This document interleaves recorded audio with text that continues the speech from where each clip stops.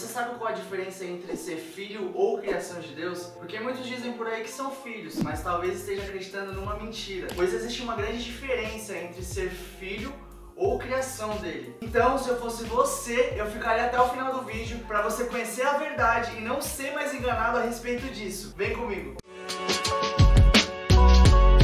Olá, eu sou o Diego Monteiro, esse daqui é o Vai e Pregue, seja muito bem-vindo, já vai se acomodando, ficando bem à vontade, porque hoje você vai sair daqui entendendo tintim por tintim a respeito dessa parada de ser filho ou criação de Deus. E pra você que é novo aqui no canal, que não sabe sobre quais assuntos nós falamos, eu deixei um vídeo aqui no card te explicando sobre isso, depois confere lá.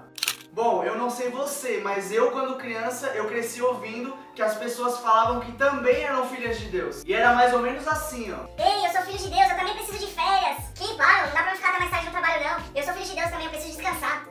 E a gente ouve muitas outras coisas, as pessoas falam isso no dia a dia, mas a maioria delas não sabe que existe uma condição para nós sermos chamados como filhos de Deus. E até o final do vídeo eu vou te explicar sobre a única condição que está na Bíblia a respeito disso. Se liga o que está escrito no livro de Gênesis, no capítulo 2, no verso 7. Então formou o Senhor Deus ao homem do pó da terra, e lhe soprou nas suas narinas o fôlego de vida, e o homem passou a ser alma vivente. E em Gênesis 1:27 diz o seguinte: Criou Deus, pois, o homem à sua imagem, a imagem de Deus o criou, homem e mulher os criou.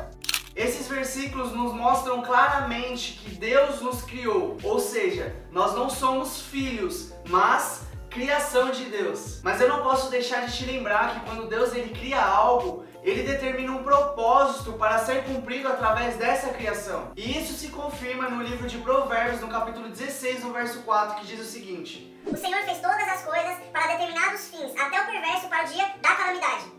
Ou seja, eu e você fomos criados para vivermos um propósito. Escute isso, é muito importante você entender claramente para qual propósito você foi criado. Por que você nasceu nessa família? Por que você estuda nessa escola? Porque uma pessoa sem propósito é uma pessoa perdida. Então, Diego, você está me falando que Deus nos criou para viver um propósito? Sim, mas por conta do pecado ter entrado no mundo, todo homem foi afastado dele. E esse não era o plano de Deus. Ele avisou o homem que isso poderia acontecer e o orientou. E isso está em Gênesis 3:3, que diz o seguinte: Mas do fruto da árvore que está no meio do jardim, disse Deus, dele não comereis, nem tocareis nele, para que não morrais. Aí veio Satanás como serpente, porque nessa época ele já tinha sido expulso do céu, tentou Eva, ela comeu do fruto e deu para o seu marido. E aí a gente já sabe a história, os olhos deles foram abertos, o pecado entrou no mundo, e isso nos trouxe a morte espiritual e nos afastou de Deus. Mas como o amor de Deus é tão maravilhoso e Ele ama a sua criação e nunca desistiu dela, Ele pensou em um plano perfeito para nos conectar novamente com Ele. Em João 3,16 relata sobre isso.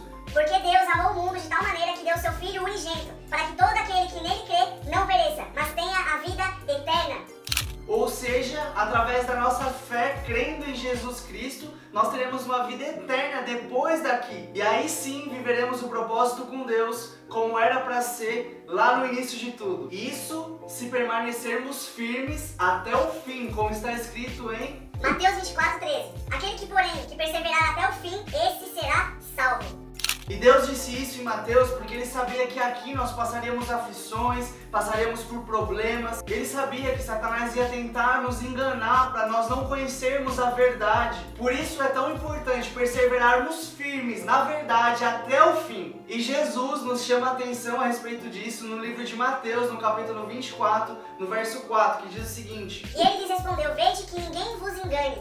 Em outras palavras, fiquem firmes na verdade, porque a verdade sempre será a verdade, agora a mentira não. E você sabe qual é essa verdade que Jesus estava falando? Eu vou te explicar qual é essa verdade, mas antes, se você ainda não é inscrito aqui no canal, já se inscreve aqui agora para nos ajudar no nosso crescimento, beleza? A verdade que ele menciona está escrito aqui e está nele. Olha o que diz em João, no capítulo 14, no verso 6. Respondeu-lhe Jesus, eu sou o caminho, a verdade e a vida, e ninguém vem ao Pai, senão por mim. Resumindo, Jesus é o único caminho que gera verdadeiramente a vida em nós e que nos levará para o céu na tão esperada e sonhada vida eterna com Deus. Cara, o amor que Jesus tem por mim, por você é muito top, ele é maravilhoso. Se permita viver esse amor. Às vezes a gente se permite viver tantas coisas que não vai acrescentar, que não vai levar a gente a lugar nenhum. Então se permita, dá uma chance para viver esse amor com ele e ele vai transformar a sua vida. Independente das coisas que você já passou, viveu ou fez, ele não veio para te julgar e nem julgar ninguém. Ele veio para salvar o mundo. E é muito triste ver muitas pessoas até dentro da igreja julgando ao próximo e se esquece de ler o que está escrito no livro de João, no capítulo 3, no verso 17. Porquanto Deus enviou seu Filho ao mundo, não para que julgasse ao mundo, mas para que o mundo fosse salvo por ele.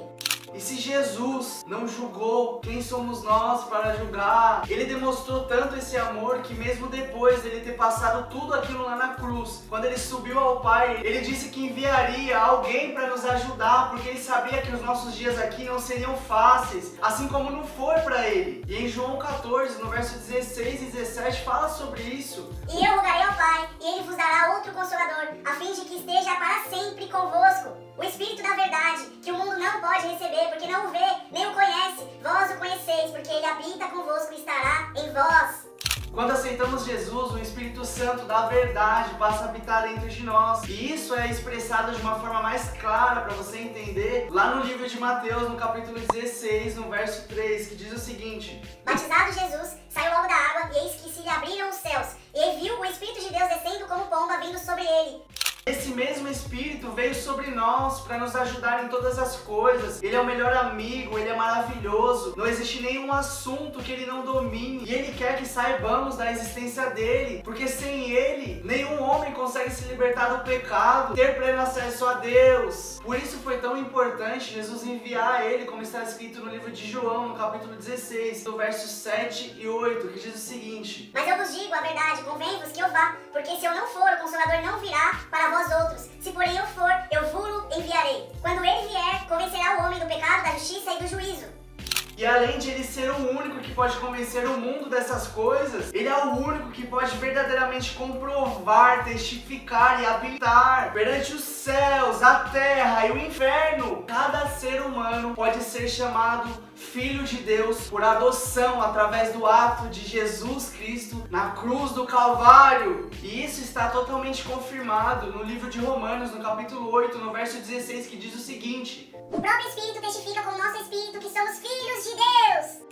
E se somos filhos de Deus é porque aceitamos Jesus. E se aceitamos Jesus, nós temos o Espírito Santo dele em nós. E se nós deixarmos ele nos conduzir em tudo, de dentro para fora, isso confirma mais uma vez que nós somos filhos por adoção. E isso está no livro de Romanos, no capítulo 8, no verso 14, que diz o seguinte: Pois todos os que são guiados pelo Espírito de Deus são os filhos de Deus. Ou seja, meu amigo, você só é filho de Deus se o Espírito Santo dele habitar em você. Caso contrário, você é só criação dele. E esse foi o vídeo de hoje. Eu te agradeço pelo acesso e por permanecer comigo até o final. Guarda essa verdade no seu coração e vive ela. E aproveita para compartilhar esse vídeo com outra pessoa, para que ele também tenha acesso a essas informações. E até o próximo vídeo. Que Deus te abençoe.